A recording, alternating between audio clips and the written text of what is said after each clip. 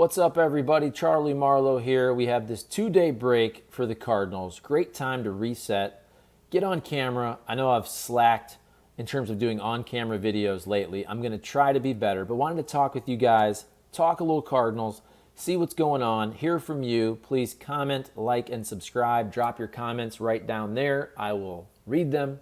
I will like them. I will respond to them. I want to know what you guys think about these Cardinals here at the 1/3-ish mark, as you see on the ticker down there, Talking Cardinals at the 1/3-ish mark of the Major League Baseball season. Let's start right there by checking out the old standings.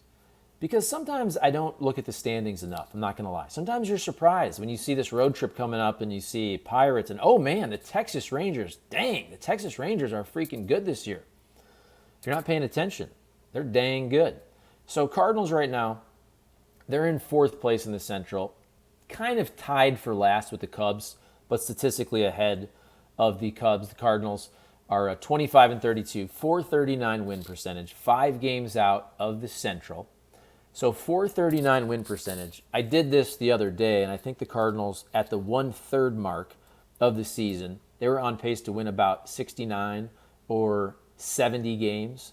So right now, it's still right around there. Of course, they won that final game against the Kansas City Royals, but if we're talking on pace, right now the Cardinals are to win about 71 games. What do you think? Is that where the Cardinals are going to end up? I do not think that's the case at all. I think the Cardinals will end up above 500. I think they may end up a decent amount above 500. You may think I'm crazy, and I said this on the radio yesterday.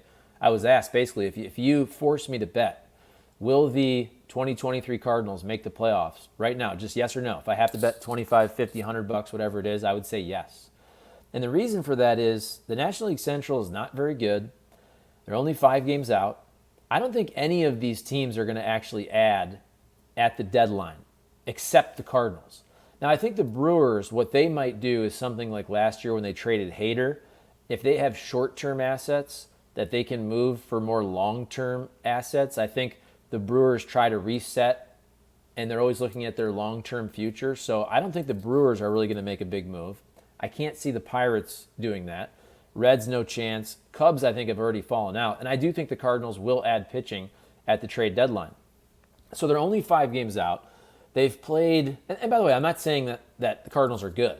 I'm not saying they're elite. I'm not saying they're going to make a run. I'm not saying they're going to win the World Series. I think this year in the National League and in the National League Central, the Cardinals still have a very good chance to make the playoffs because they are in a soft division. Even Bill DeWitt III has said that recently. The National League Central is a soft division. It just is. And then look at the wild card. Also, the National League right now, through a third-ish of the season, is the softer league of the two. So when you're looking at who you're competing with for wild card spots, and remember, I actually forgot. I forgot as I was about to do this video. I'm like, because, the format changed last year, and you had COVID, you had weirdness in 2020 and all that, but you had the changing wild cards. Remember, there's 3 wild card spots. 3 wild card spots. So the Cardinals essentially have 4 chances to make the playoffs in the National League. They can win the Central. They can get one of those 3 wild card spots. Right now, the Cardinals are only 4.5 games back of one of those spots. You have the Diamondbacks, you have the Mets, you have the Marlins right there in the top 3 wildcard spots in the National League as I record this video. So look at the American League, by the way. There's not a team in the National League right now that has a winning percentage over 600. Now, the Dodgers are close. They're 596. They're 34-23 on the season. The Braves and Diamondbacks are close. Very good teams. 589 win percentage, 33-23. But my point is, you don't have teams running away like you do in the American League. You don't have a Rays team that's 40-18. And then remember, look at that Texas Rangers team. I bring it up because the Cardinals are at the Texas Rangers coming up the second half of this road trip. The Texas Rangers are 35-20, winning at a 636 clip right now. That's who the Cardinals play in the second part of this upcoming road trip, where if you looked at this road trip before the season started, you're thinking, okay, early June, you're at the Pirates, you're at the Rangers. That's the time to get right. Pirates are pretty dang good. Rangers are really good. So you have this 6-game road trip coming up, followed by a homestand versus the Reds and the Giants. So, look, I think this road trip will be definitely challenging for the Cardinals. But then after that, you come right back home to face a Reds team that isn't very good, but you just split with them. San Francisco Giants are right at 500. So you have some competitive games coming up for the most part for the next 2 weeks for your St. Louis Cardinals. What do you guys think? Am I crazy thinking the Cardinals are still going to make the playoffs? I didn't say they're going to win the World Series. I didn't say they're going to even win a round in the playoffs. I just think they'll make the playoffs in a weak National League where they have 4 opportunities to do so. All right, let's talk about also some stats. And while I'm doing this, please comment, like, subscribe. We got the members program. I'll shout out the members here at some point, tell you about that. But I showed you the schedule. I showed you the standings. Let's check out some stats here. I always like to kind of see where the Cardinals are amongst Major League Baseball teams. Let's start with the pitching. Let's break it down by starter. So I'm looking here. The St. Louis Cardinals are 20th in baseball in starters ERA, and that's improved. Miles Mikolas has been killing it lately. Let's give him some credit. Cardinals starting staff ERA is 4.81. That is 20th best in the National League. That's not going to cut it, but it is improving. You got to give them that. Let's look at strikeouts, something that I'm always taking a look at. Cardinals are 21st in baseball for starters strikeouts, 258. The leader is the Minnesota Twins at 344 strikeouts. And because I didn't tell you the leader in terms of ERA, the Tampa Bay Rays have a 3.13 starters ERA, best in baseball. Again, the Cardinals are 20th, 4.81. We're talking 1.7 runs worse, the Cardinals are. Then the best team in the American League and all of baseball. And by the way, Texas Rangers starters, 3.28 starters ERA. Something to look out for there as the Cardinals take on the Rangers coming up next week. Second half of this road trip. All right, let's go to relievers. We just want to check on the different facets of the Cardinals, see how we're doing here. Because I'm not going to lie, I don't check these stats as much as I should. I should, but I don't. I'm busy, man. I got 2 kids. I'm going to blame my 2 kids. We got the Kenny Wallace YouTube channel. It's going really well. Jump over there. Subscribe to that one, please. You got the big race coming up. Enjoy Illinois 300 at Worldwide Technology Race Day. At Raceway, it'll be race day. You know what I meant. But that's going to be awesome this weekend. Okay, so relievers. Cardinals 11th in baseball in reliever ERA, 3.86. So not bad. You're getting close there to the top third in baseball. I don't think you can be too mad about that right there. Every once in a while I have to check back and make sure I'm centered in my video here. I know I have a bad background. What is that, a china cabinet with some dishes we never use? But I don't really have an office, so it is what it is, all right? You can chirp me. You can complain. I don't have a man cave. My man cave got turned into a kid's freaking toy dungeon. Just mess. Just messy toys everywhere. My kids, they don't clean anything up. That's probably my fault as a parent. I need to be better about that. So 3.86 Cardinals reliever ERA, as I told you, 11th best in baseball. Let's check strikeouts. Strikeouts, Cardinals are 5th. Pretty good, guys. Anytime you can be top 5 in baseball, I think you're doing pretty good. 229 strikeouts for the relievers for the Cardinals. Now, obviously, you also want to know how many innings are they pitching, because that's going to factor into your overall strikeouts. Let's check that out. So, in terms of the most innings pitched by relievers, it's the Tampa Bay Rays. This is not a category you necessarily want to lead in. Cardinals have thrown 202 innings as relievers. That's 16th in baseball. I think that's fair if you want to be right there kind of in the middle, which makes me think, I want to go back and check the starters' innings, because I think that's a very important stat as well in terms of how deep are your starters going. So let's see, whip. Whip for relievers, Cardinals, where are we at? Cardinals 1.33, which is tied for about 20th in baseball. Not too great. Not too great whatsoever. Okay, I'm going to go back to starters, because I think it's interesting to see how many innings pitched the starters have gone. So let's check that out. So just starters in Major League Baseball. Innings pitched. So the best team, Seattle Mariners, at 316 and 2/3 innings pitched. This kind of surprises me.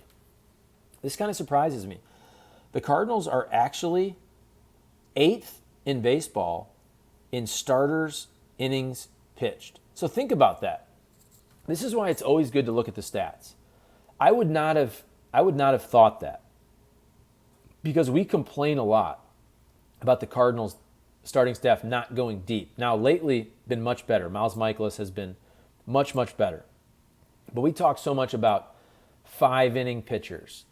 And I think that goes to show you there's a lot of 5-inning pitchers all over baseball, because the Cardinals are 8th best. Even though we complain about this rotation nonstop, they are 8th best in most innings pitched by a starting staff at 303 innings. Let's do some quick math here on the old calculator. So you got 303 starters innings divided by the fact that they've played what? 57 games. So what are we talking? 5.315, if you can read that. So we're talking about what? Essentially 5 1/3. They're averaging, going out there and getting 16 outs. The Cardinals are averaging 5 1/3 innings pitched per start, which if you say that, you're like, man, that's really bad. I think it just goes to show you what's going on in Major League Baseball. This is why it's always good every once in a while. I haven't done this in a while. It's good to just go through all the stats, go through the league, check out the schedule, check out the standings, because I think you're going to learn things that maybe you didn't think were the case. Cardinals are 8th best in starters innings pitched this year at 303 innings. So when you complain they're only going 5 1/3, yes, but guess what? Unfortunately, that is now the trend in all of Major League Baseball. I'm not saying it's a good thing. I'm not saying I like it. I'm just saying that is the trend, and it is what it is. That's the way the game is moving these days. All right, let's talk about some offense. Again, we're talking just team offense, just kind of looking around, seeing where the Cardinals rank here and there. So we're going OPS. Cardinals OPS amongst Major League Baseball. Pretty good. I had checked this the other day. They were right around 6th or 7th in runs in OPS. They've fallen back. Obviously had a rough couple games against the Royals in terms of scoring runs. So I get it. If you're worried about the Cardinals offense short term, I understand. I am not, and I'm still not worried. And I wasn't worried in the offseason, by the way, about the Cardinals offense. Even though the outfield has totally underperformed what I thought, despite all the inconsistencies, the Cardinals are still 8th best in baseball in OPS at 753. And if you're going to do a catch-all stat, to me, what's the one stat that encompasses your offense besides runs, which we'll get to that? But to me, it's OPS. And the Cardinals have a 753 OPS, which is good for, as I mentioned, 8th best in baseball. How about slug? Slug, Cardinals are 8th at 426. OBP, on base percentage, Cardinals are 11th. Not terrible. As long as you're close to top third, top 10, pushing top 5, obviously you'd love. Batting average, I don't want to say it doesn't matter. I'm not one of those guys, but batting average 14th. Look, batting average, it's not something you totally discount, but OBP, slug, much more important. And putting those two together to get the one, I think the most fair, easy catch-all stat these days to show somebody how good a team or a player is OPS. We can go OPS plus, but OPS, as I mentioned, Cardinals are what? They are 8th best in baseball. Pretty dang good with a 753 clip. But you know what? OPS, how much does it matter if you're not scoring runs?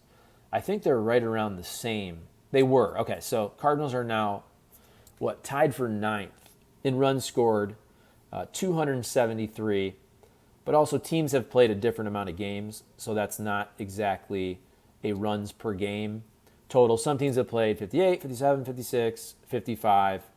But the Cardinals are right around there, 7th, 8th, 9th, whatever it is. I do think the Cardinals are going to be a top 5-ish offense at the end of the year. If we're looking at, to me, runs is what really matters.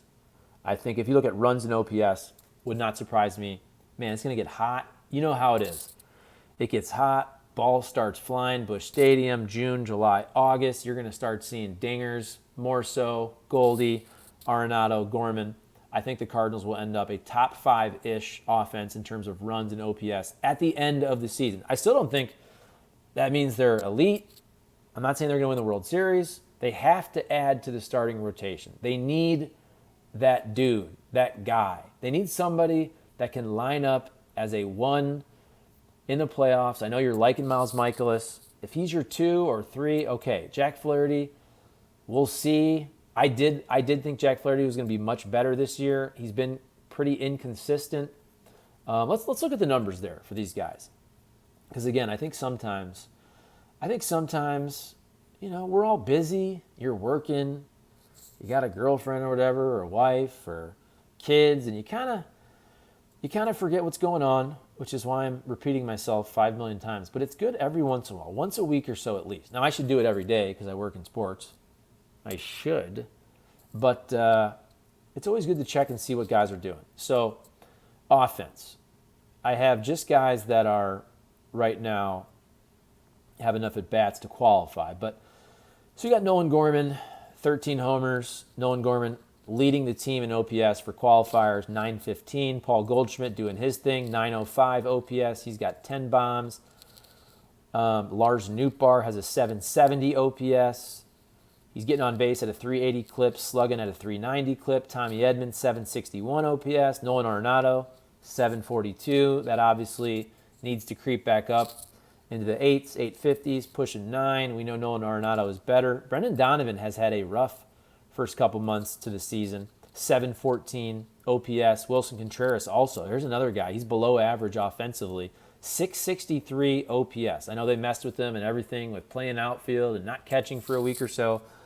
Wilson Contreras has to hit. Right now, Andrew Kisner has a better OPS plus than Wilson Contreras, who you're paying $87.5 million for 5 years. Okay, so that was just the qualifiers. Let's bring in all players here. Then Paul DeJong creeps up there. Paul DeJong, he was just gangbusters. Still really good, but he fell off. You knew he wasn't going to be as good as he was early. But Paul DeJong, 806 OPS, has 8 bombs. Oscar Mercado has been a very nice bright spot in just 12 games. But 801 OPS for Mercado. He's batting 333, on base 357, slugging 444. The Cardinals need outfielders. You saw recently they're playing Tommy Edman out there and Alec Burleson, and here's Oscar Mercado and Brendan Donovan. So Burleson, another guy that needs to hit, 686 OPS for Alec Burleson. Dylan Carlson hurt, obviously. Tyler O'Neill hurt, obviously. They weren't hitting before they got hurt. Both those guys, OPS is in the 620s. And I thought with a healthy season, well, they haven't been healthy, but also I thought we were going to see more production after down years for both those guys, Dylan Carlson and Tyler O'Neill last year. Andrew Kisner having a nice season for a backup catcher. He's pushing league average OPS plus. Last I looked, I believe it was right around 90. So you got to get it up there to 100 to be league average, but he's slugging at a 449 clip for Andrew Kisner. We had him on the show. He's on Hot Take Central on 590 The Fan each and every week, and he said this year a lot of it's mentality that he was just, look, I'm going to go up there aggressive early in the count, and I'm trying to do damage. I'm trying to hit doubles. I'm trying to hit dingers, and he has. He has 4 home runs, which was his total from all of last year, Andrew Kisner. And look, for a backup catcher, if you can get up to league average or just above that, that's pretty dang good, especially, as I said, he's hitting better than Wilson Contreras, who's your guy you're paying 5 years, $87.5 million. All right, let's switch on over. Let's switch on over to the pitchers from an individual standpoint. How about we do that? Is that cool with you guys? What else do you want me to talk about? What do you want me to talk about? Comment, let me know, and I'll talk about whatever you guys want for my next video. I know I've been posting a lot of Hot Take Central videos, a lot of Bernie. He has great baseball content on 590 The Fan. Make sure you listen to 590 The Fan. Go to 590thefan.com, podcast. I know we put them here on YouTube, but if you want to do podcasts, that's better. That's even better, man. I want 590 to do well. as well. I just know a lot of people come to YouTube for all of their content. So even audio clips that we post here do well. I think we've built a nice Cardinals audience here on this here YouTube channel. All right, let's look at pitching individually. Okay, so I want to do all pitchers, not just qualifiers, all players. So then you get like the Packy Naughtons of the world, the Guillermo Zunigas of the world. But, all right, Giovanni Gallegos having a nice year, 2.38 ERA. I know he made that last game a little shaky. He has 7 saves. They're kind of splitting the closer role, he and Ryan Helsley. I know Helsley gave it up, obviously, in the series finale against the Guardians, 3.52 ERA. I do think, I was looking at some of the advanced stats for Ryan Helsley. I still think Ryan Helsley is good, is going to be good. I know you don't love the blown saves. Don't get me wrong. I know when you blow saves, it's just gut-wrenching. But I do think overall, Ryan Helsley is going to be fine. Okay, so starters, Miles Mikolas, remember, he starts the year, his ERA's around 10 or over 10, whatever it was. He's been so good lately. Tons of scoreless innings recently, last couple outings. Got that ERA down to a respectable 3.75. He's 4-1 on the season. He's thrown 69 and 2/3 innings pitched, which is the most for the Cardinals. You got Jordan Montgomery, who is next at 60 and a third, and then Jack Flaherty has thrown 58 innings for the Cardinals. So right now, Miles Mikolas, he is your horse. Let's do some more. Let's do some more division, because I should be better at this, but I'm not. So Miles Mikolas, he's thrown 69 and 2/3 innings in 12 starts. So Miles Mikolas is, if you can see that, he's averaging what, 5.8 innings per start. So that's the best on the Cardinals. Jordan Montgomery, 60 and a third innings pitched in 11 starts. So if he were to have a really good outing, he would get darn close to Miles Mikolas, because again, Miles Mikolas has thrown one more game than Jordan Montgomery. So Monty, 4.48 ERA. Jack Flaherty, he's thrown 58 innings. He's 4.81. And then, of course, Steven Matz now in the bullpen, 5.6. Adam Wainwright has the worst ERA on the team, 6.15. He's only made 5 starts. I think Adam Wainwright is a very interesting guy. Well, he's an interesting guy in general. But this year, because, look, I'm rooting for Adam Wainwright. I think everybody roots for Adam Wainwright. He's a great person. He's been a great Cardinal. I don't think it's fair to just assume, though, that Adam Wainwright is going to find it this year. And I know his FIP, his fielding independent pitching, is much better than his ERA. I'm not trying to be an excuse maker here, but I do think he's been a victim of some bad luck. But I think overall the narrative of bad luck and soft contact, I think that's a bad look for the Cardinals. I think too many of their guys bring that up. Almost every starting pitcher brings it up. Ollie brings it up. And you're a staff that, again, you're not striking out a ton as a starting staff. You're going to give up a lot of contact. You don't have the crazy shifts anymore. So if you're a team that doesn't strike guys out as a starting staff and you give up more contact, there's going to be more balls to get through. I do think they've been a victim of some bad luck, but overall I think that's a bad look for the Cardinals to always talk about weak contact, soft contact after all these games. Yeah, so Waino's FIP is 4.46. His ERA is 6.15, which speaks to the fact that he has gone through some bad luck, but also, look, man, he still has a hammer curveball that is really, really strong, but he's throwing 87 miles per hour. Guys are going to hit you. He's going to give up a lot of contact, so you're going to see games where you give up 10, 11 hits. Even in the games he pitches well, you're probably going to see some games where he gives up 8 hits and pitches well. I don't know if it's fair to assume now that Waino is, what is he, 41? I just turned 41, by the way. Happy birthday, me. Yeah, Waino will be 42 coming up August 30th, so he's almost 42 years old. I just don't think it's fair to assume that Adam Wainwright is going to find it. I'm not even saying being Adam Wainwright from 10 years ago. Adam Wainwright was pretty dang good the last couple years. I mean, heck, you would take Adam Wainwright, even last year, ends up with a 3.71 ERA after a terrible month of September. I mean, his ERA in 20 was 3.15. It was 3.05 in 2021. But I think if you even took again, his FIP, which is 4.46. If you told me at the end of this season Adam Wainwright was going to end the season healthy with a 4.46-ish ERA, you would absolutely take that. He could be just your fifth starter or whatever you want to call him.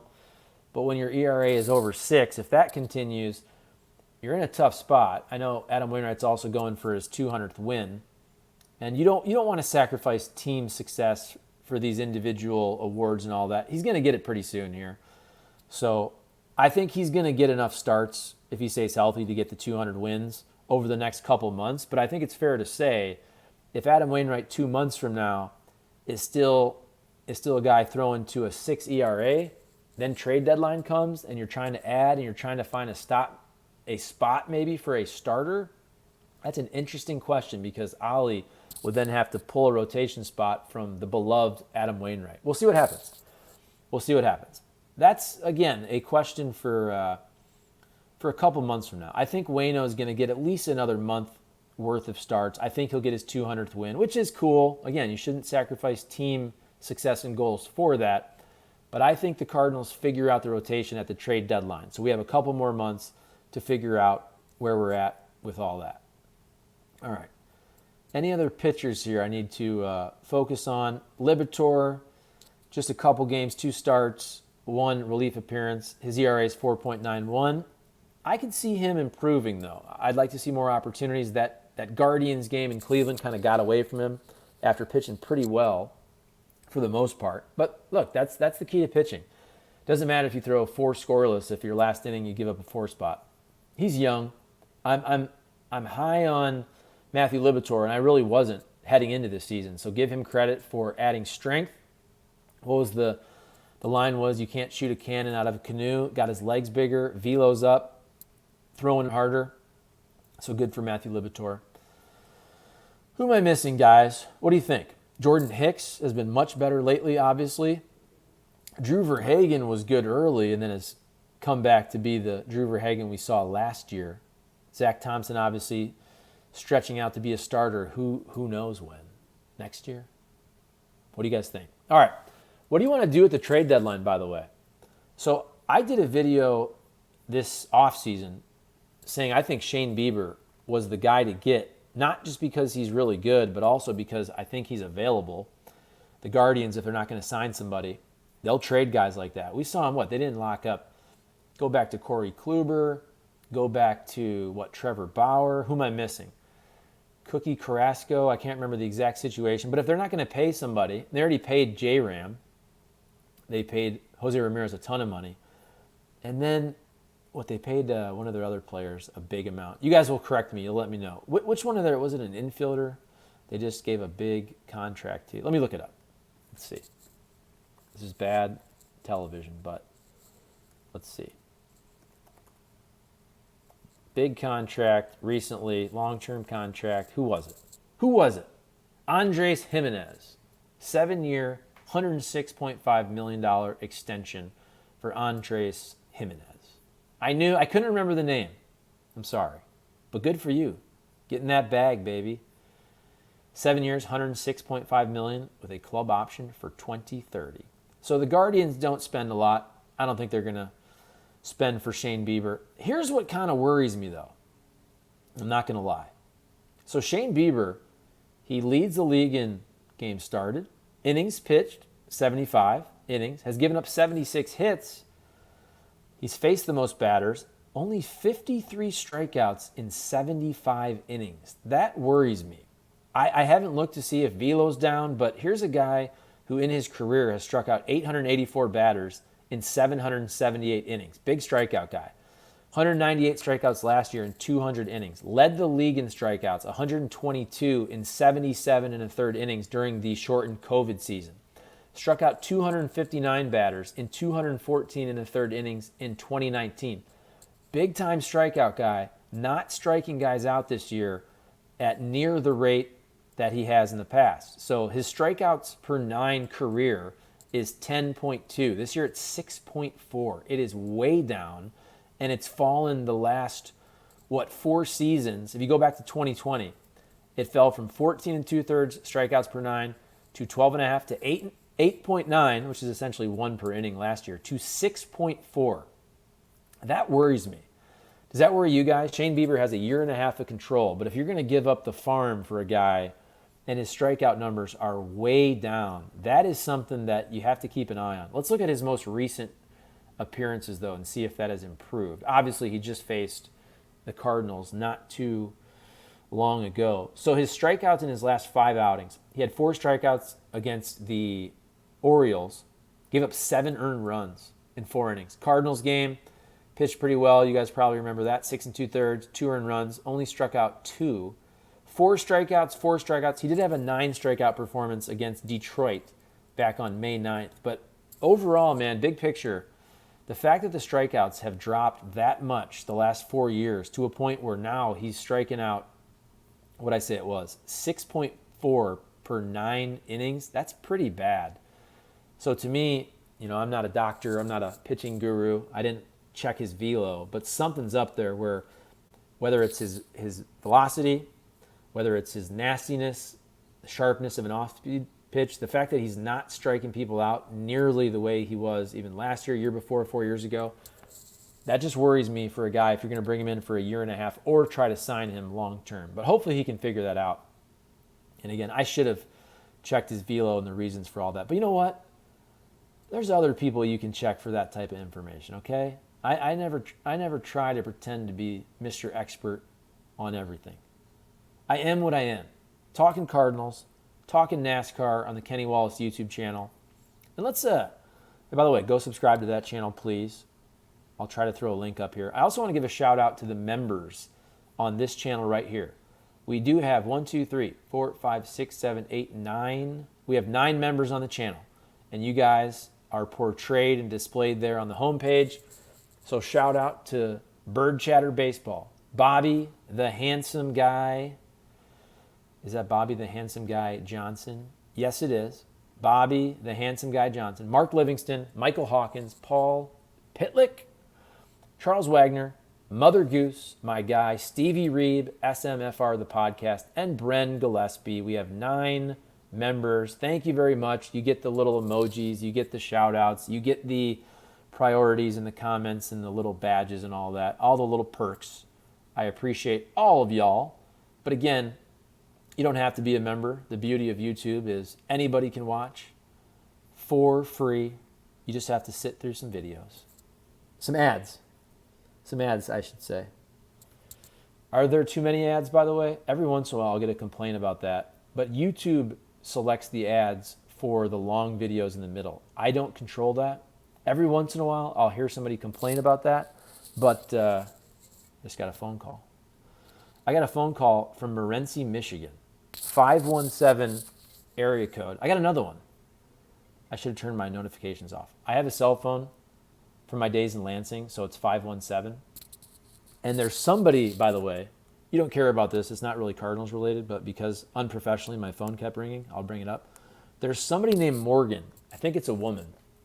Morgan could be man or woman, but I think it's a woman, and she's using my phone number in Michigan to sign up for everything.